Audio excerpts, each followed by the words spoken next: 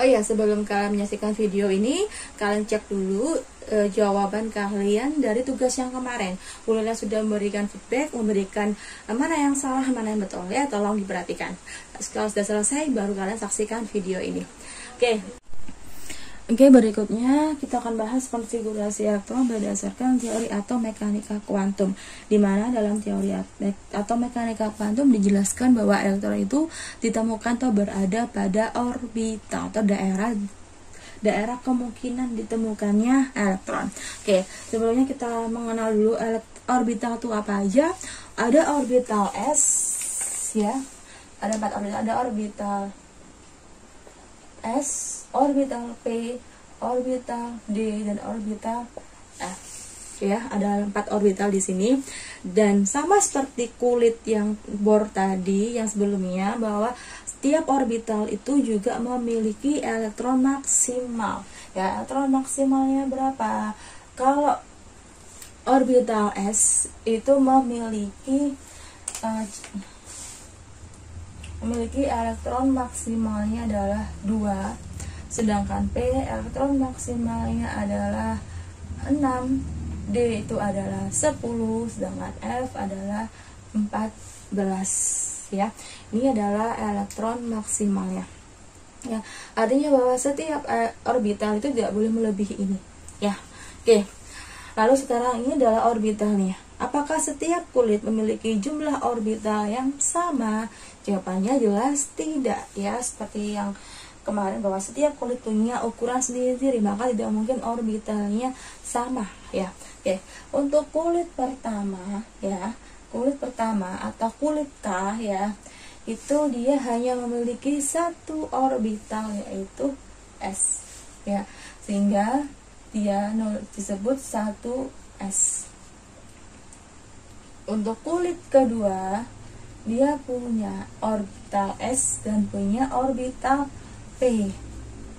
Maka ditulisnya adalah 2S dan 2P. Untuk kulit ketiga memiliki orbital S, P dan D. Maka dia ya ditulisnya adalah 3S, 3P dan 3D.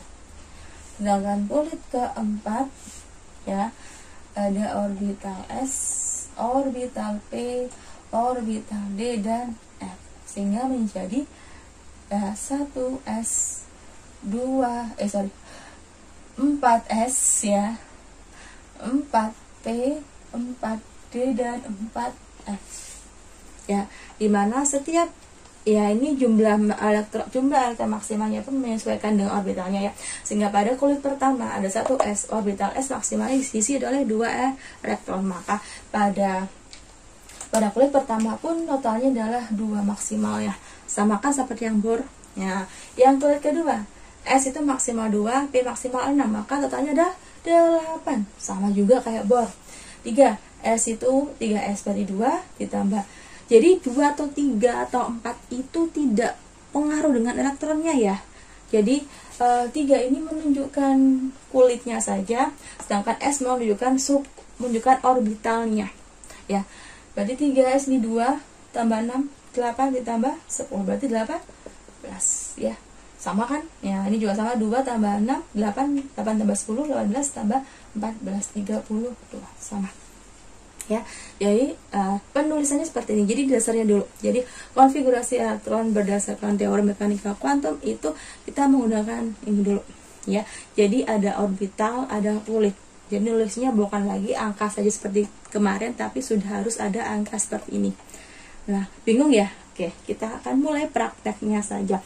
Oke, sebelum kita praktek ya, dalam membuat konfigurasi elektron berdasarkan teori mekanika kuantum, kalian bisa buka LKS-nya sebagai panduan juga, karena saya nggak mungkin nulis semua di sini.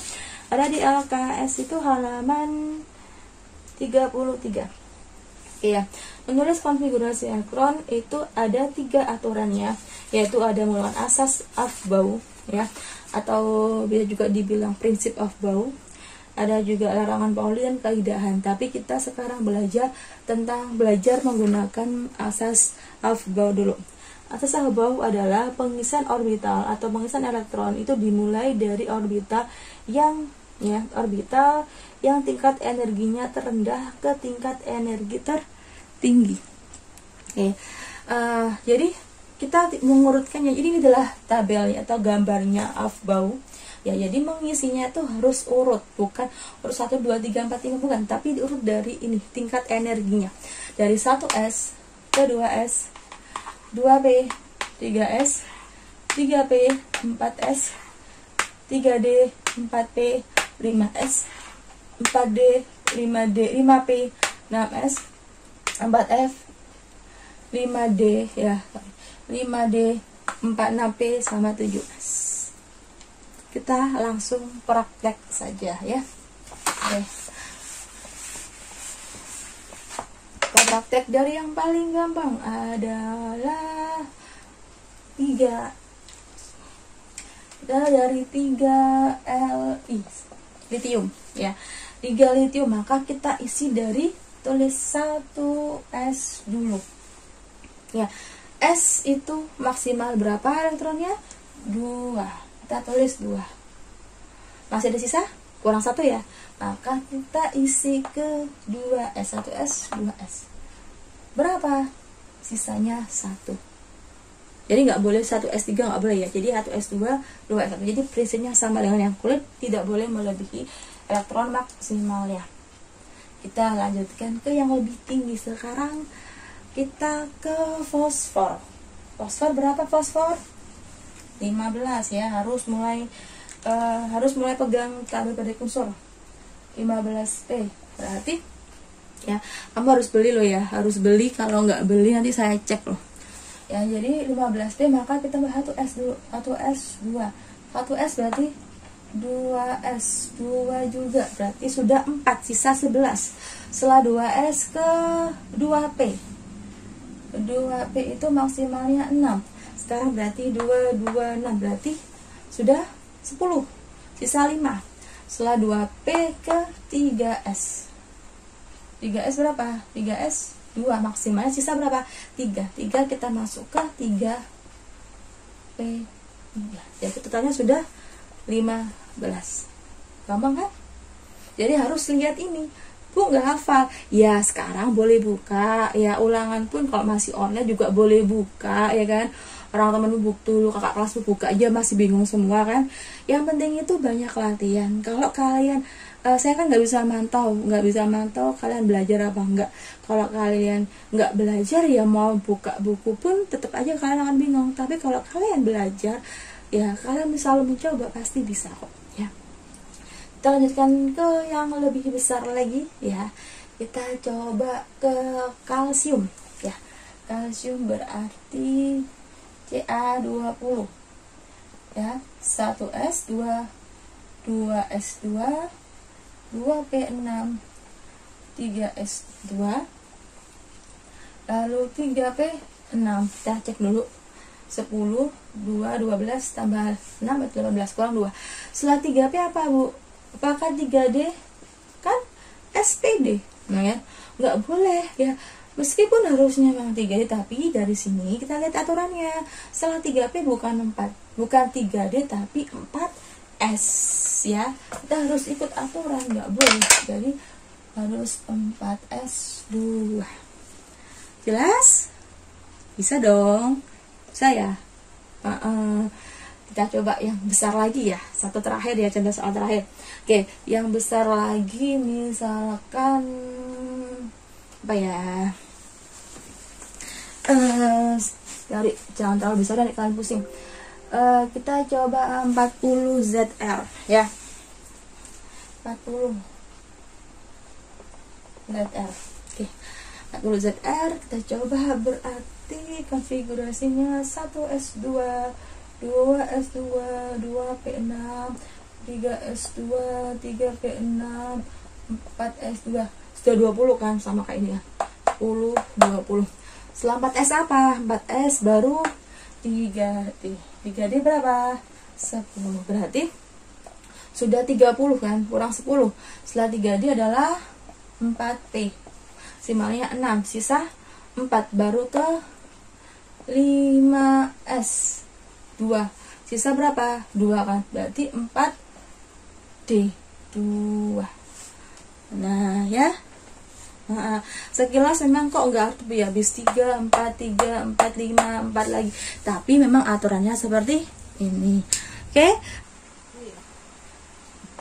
Oke, kalian sudah mengetahui cara pengisian, cara penulisan konfigurasi elektron menggunakan prinsip Aufbau. Sekarang boleh akan menerangkan satu aturan lagi, yaitu aturan penuh setengah penuh.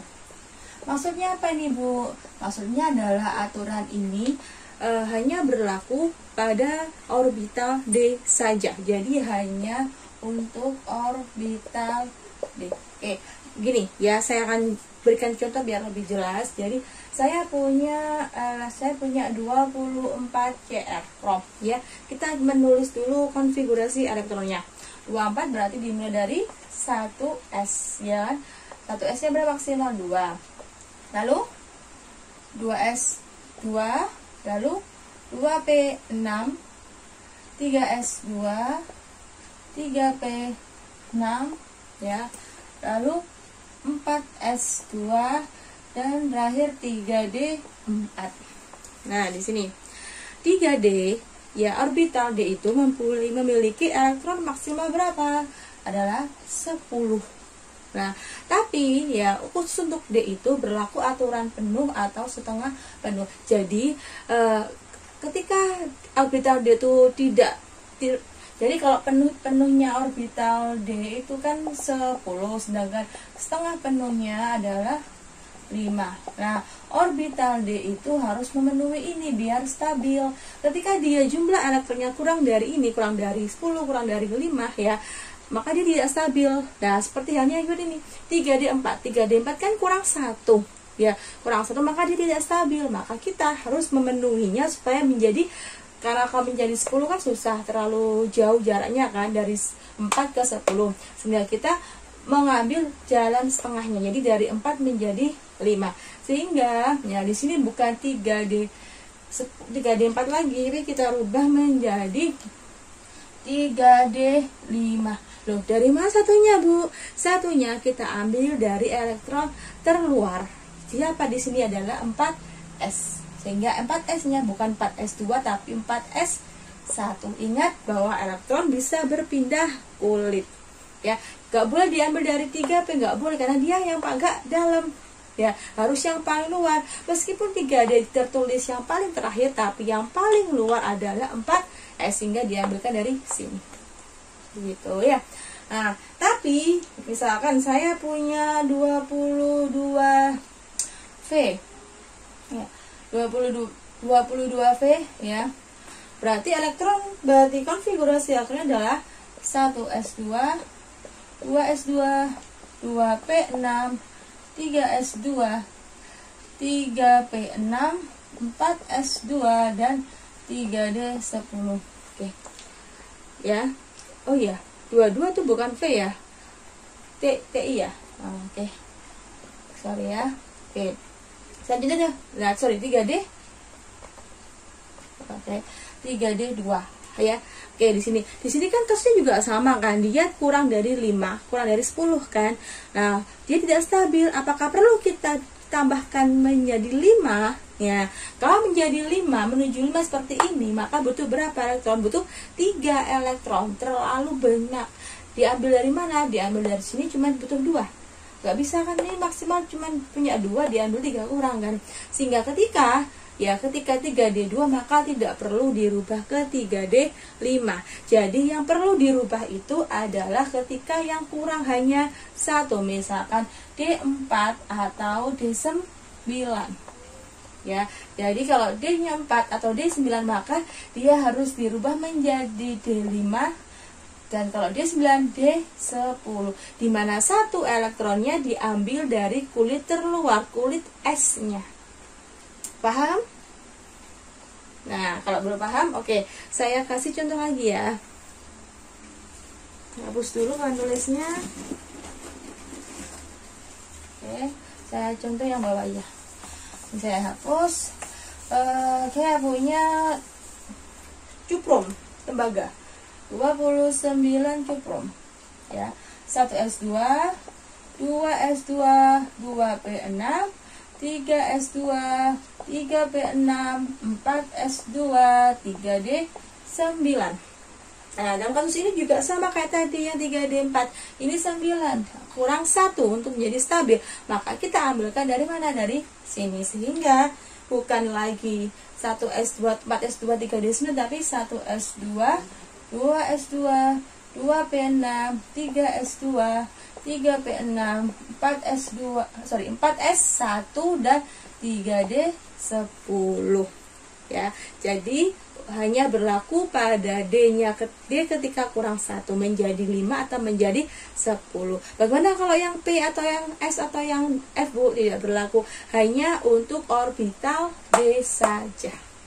Oke, selanjutnya kita akan membahas tentang letak unsur dalam sistem periodik. Jadi kita akan menentukan golongan dan periodenya. Masih ingat minggu kemarin kita belajar menentukan berdasarkan konfigurasi kulit, konfigurasi versinya Bohr. Misalkan saya punya 7X. 7X itu berarti 2 lalu 5, ya kan? 2 dan 5. Dari sini kita bisa menentukan bahwa dia adalah golongan golongan 5 ya. Golongan 5A ya. 5A ada berapa kulit? 1, 2, maka dia periode 2. Oke. Ya, lalu Bu, dengan cara versi terbaru konfigurasinya apakah masih bisa menentukan golongan periode? Bisa ya. Sangat bisa, malah lebih enak karena kita akan tahu mana yang A, mana yang B, itu kelebihannya. Kita coba ya, kita samakan dulu 7X ya. 7X berarti 1 S2, 2 S2, lalu 2P, 2P3. Oke. Nah, kalau kemarin yang ini kita tahu 5 dari elektron valensi, maka ini juga sama. Ya, kita masih ingat elektron valensi adalah elektron yang berada pada kulit terluar. 7X punya berapa kulit? Punya 2. Kulit 1, kulit 2. Nah, maka yang berada di kulit terluar adalah yang ini. Ya, 2S2 dan 2P3. Sehingga menentukan golongan dengan cara penjumlahan ini. 2 tambah 3 berapa? 5. Nah, tahunya AB-nya gimana, Bu? Oke, catatannya ya. Ketika elektron valensi atau kulit terakhirnya itu hanya ada S saja, maka dia adalah golongan A. Terakhirnya ada orbital S, ya. Tapi kalau terakhirnya dia adalah orbital P, dia juga A. Ya. Tapi ketika terakhirnya di golongan D, maka dia adalah B. Ya. Dan jika dia terakhirnya pada orbital F, maka dia adalah golongan transisi.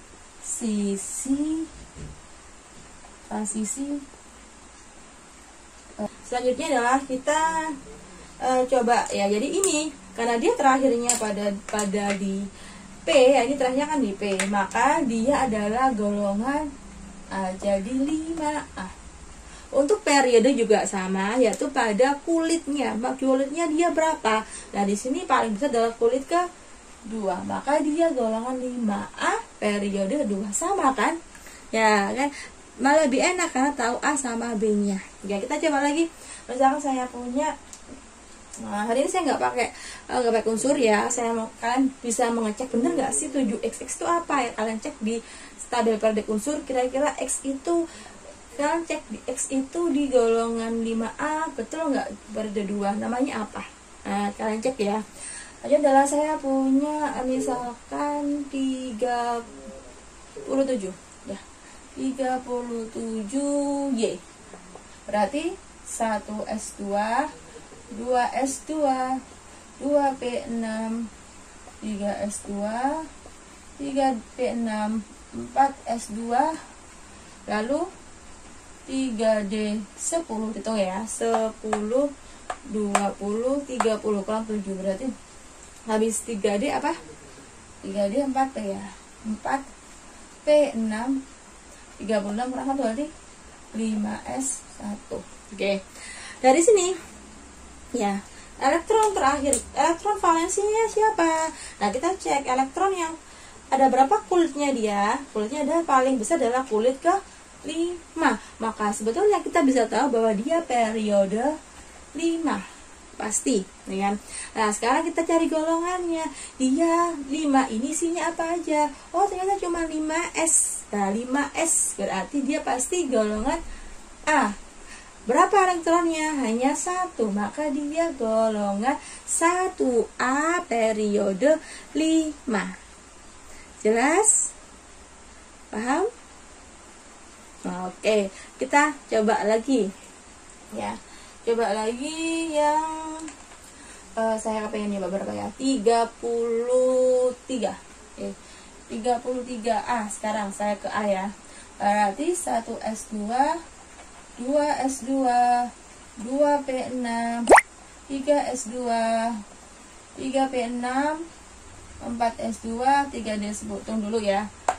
10, 20, 30. Yang kecil dihitung ya. 2 tambah 2, 4 tambah 6, 10 tambah 2, 12, 12 tambah 6, 18 tambah 2, 20 tambah 10, 30. Jadi kurang berapa? Kurang 3. Berarti setelah 3 dia adalah 4P. 4P, 3. Oke, dari sini kita lihat bahwa angka terbesar atau kulit terbesar ya. Angka ini kan kulit. Ingat ya, ini adalah kulit. Ya, ini adalah orbitalnya. Ini adalah elektronnya. Kulit terbesar adalah berapa? 4, ya kan? Ini sama ini, sehingga elektron valensinya adalah bukan 3D, nggak ikut loh ya, karena dia kan 3.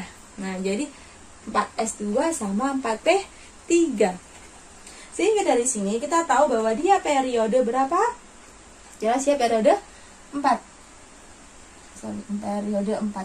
Menulisnya 4 itu menggunakan huruf biasa ya, sedangkan kalau golongan pakai Romawi. Kalau nulis golongan 3A, buat kalian bebas tulisnya mau golongan, kalian mau nulisnya.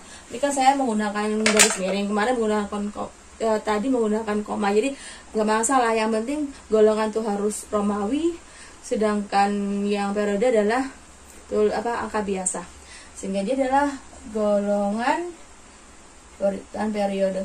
Pastinya dia periode 4 karena dari 4 ini. Sedangkan golongannya kita tinggal jumlah 2 tambah 3 berapa? 5. Atau BO di sini ternyata terakhirnya di P, maka dia golongan A. 5A periode 4. Jelas? Jelas ya? Oke. Kalau sudah jelas, kita lanjut lagi satu yang terakhir. Kita coba yang D. Yang F kita nggak coba Bu, terlalu panjang juga ya. Sebagai info aja ya, kita nggak coba. Nanti kalian mungkin di rumah yang mau, yang sudah lancar, yang sudah fasih, sudah bisa, silahkan coba sendiri. Nanti kalian bisa share atau WA Bu Laila, atau kalian share di classroom. Kalian tanya, Bu ini betul nggak Bu? Karena mungkin saya nggak bisa jelaskan sampai yang panjang ya. Kita lanjutkan lagi yang coba kita 25B ya. 25B. 25 ini 1S2, 2S2, 2P6, 3S2, 3P6, 4S2, 3D. Stop dulu, hitung. 4, 10, 12, 18, 20, berarti kurang 5. Oke. Ya, sudah. Lalu kita sekarang coba hitung. Ya, coba kita lihat. Kita paling gampang itu menghitung periodenya dulu. Periodenya dia berapa ya? Nah, periode adalah yang pada kulit terluar. Berarti ada yang paling luar angka berapa? 3 ya Bu ya? Kan terakhir. Loh, kan dia terakhir, tapi di sebelahnya ada 4. Dan sehingga dia periodenya 4, bukan 3. Ya, sedangkan untuk golongan ya, maka kita tentukan dulu elektron valensinya dia mana. Nah, elektron valensi adalah elektron pada kulit terluar. Di sini adalah 4S, tapi terakhirnya atau yang dia tertingginya berakhir pada 3D, maka ini juga diikutkan. Ya, jadi beda. Ya, kalau tadi berakhirnya di S saja, tidak ada D-nya di sini, setelahnya maka hanya S saja. Tapi kalau di sini setelahnya S ada D, maka D-nya harus ikut. Ya, golongan dijumlahkan 2 tambah 2 berapa? 7. Berarti golongan 7. Karena dia berakhiran di D, maka golongan B. Jadi golongannya golongan 7, B periode 4. Jelas, anak-anak? Jelas dong. Oke. Ada hal yang perlu boleh tuliskan di sini, ya, bahwa kalau kalian perhatikan di tabel yang transisi yang golongan B itu kan dimulai dari 3B, terus 4B, 5B, nah B, 7B, 8B, jadi ada 3 kolom, lalu 1B dan 2B. Nah, ada hal yang khusus di sini ketika nantinya kasus seperti ini, ketika jumlah S ditambah D-nya itu adalah 9, ya, lalu ditambahkan lagi jumlahnya 10, maka dia termasuk dalam golongan 8B, ya. Karena 9, 10 kan nggak ada golongan 9 kan, nggak ada golongan 10B kan. Nah, sehingga bagi yang di totalnya nanti 9 sama 10, maka golongannya 8B. Sedangkan jika S sama D-nya nanti valensinya dihitungnya ketemu 11, maka dia golongan 1B. Dan ketika dijumlahkan ada 12, maka dia golongan 2B. Kita praktekkan biar kalian lebih paham. Ya, ini saya hapus dulu semuanya. Oke, saya punya elektron, saya misalkan saya pakai di 28 aja deh, kita hitung aja biar beda warnanya. 28. Oke, berarti 1S2, 2S2, 2P6, 3S2, 3P6, 4S2, 10, 20, ya, 10, habis itu 3D, 10, 20 kurang 8, 3D, 8. Nah, di sini golongan sama periodenya, dia periode berapa? Jelas ya, dia periode 4, karena angka terbesarnya kulit adalah angka 4, periode 4. Sedangkan golongannya adalah, kita lihat yang kita pakai adalah selain 4S juga 3D 8. Karena dia berakhirnya D, maka dia pasti golongan B, ya. 2 tambah 8 berapa? 10. Karena tidak ada golongan 10B, maka 10B masuk ke golongan 8B. Jadi paham ya aturan ini ya. Jadi aturan ini berlaku ketika jumlah elektronnya itu dijumlahkan lebih dari itu, maka pakai menggunakan ini karena tidak ada di golongannya. Oke, jelas? Ada pertanyaan? Gak ada ya? Oke, kalau nggak ada silakan kalian coba mengerjakan tugasnya yang akan saya berikan, ya. Dan jangan lupa jika ada pertanyaan silakan kalian boleh hubungi saya di WA atau kalian chat di Classroom, silahkan ya. Jangan malu bertanya sesat di jalan. Kalau kalian nggak mau tanya, saya anggap kalian udah pintar semua, nanti ulangan jelek gimana ya. Jadi kalau memang ada yang nggak paham silahkan bertanya. Nanti kalau ada waktu kita bisa bahas di Google Meet ya. Oke, terima kasih.